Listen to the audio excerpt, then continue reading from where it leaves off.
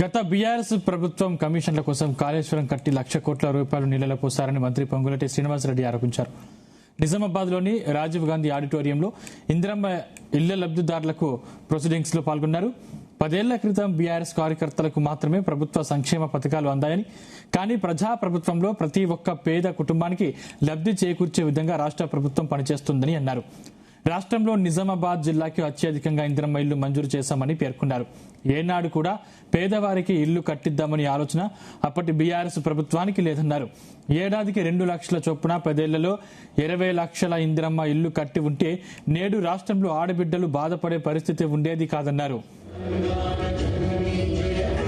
పేదవాడి కష్టం తెలియని ఆనాటి ధరలు, పేదవాడికి ఇళ్లు కట్టిస్తే నాకేం డబ్బులు వస్తాయని, 1,00,000 కోట్లు కాళేశ్వరం కడితే నాకు లంచం వస్తుందని కాళేశ్వరం కట్టడానికి మొగ్గు చూపాడే తప్ప పేదవాడి కళ, పేదవాడి ఆత్మ గౌరవానికి చిహ్నంగా నేను చనిపోయే లోపు ఒక చిన్న ఇల్లు కట్టుకోవాలనే కోరికని ఆనాటి 10 సంవత్సరాల పరిపాలనలో ఆ దొర కళని కళలోనే ఉంచాడు. ఎప్పుడు ఎన్నికలు వచ్చినా బొమ్మలు చూపించేవాడు, పేపర్లలో టీవీలలో బొమ్మలు వేసేవాడు. ఈ ఎన్నికలు అయిపోవడంతోనే ఇటువంటి బొమ్మ లాంటి ఇల్లు నీకు చెప్తా ఇస్తాను అని మాయ మాటలు చెప్పి 2 పర్యాయాల అధికారంలోకి వచ్చాయి.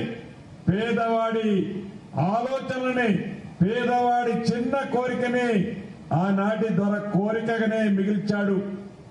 10 సంవత్సరాలలో ఆనాటి ప్రభుత్వం రాష్ట్ర వ్యాప్తంగా కట్టిన ఇళ్లు 60 నుంచి 65 వేల ఇళ్లు, మొండి గోడలతో కట్టి వదిలేసిన ఇళ్లు సుమారు మరొక 30 వేల ఇళ్లు.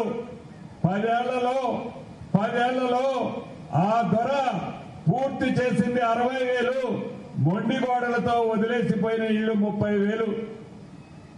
నిజంగా సంవత్సరానికి 2 లక్షల చొప్పున ఇళ్లు ఆనాడు కట్టి ఉంటే ఈనాడు పేదవాళ్లకి గడిచిన 10 సంవత్సరాలలో 20 లక్షల ఇళ్లు కట్టి ఉంటే నా ఆడబిడ్డల ఈనాడు ఈ పరిస్థితి ఉండేది కాదు.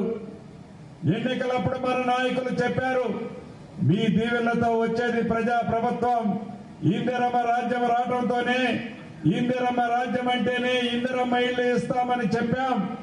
రాష్ట్ర వ్యాప్తంగా మొదటి విడత 4.5 లక్షల ఇళ్లు ఇచ్చాం.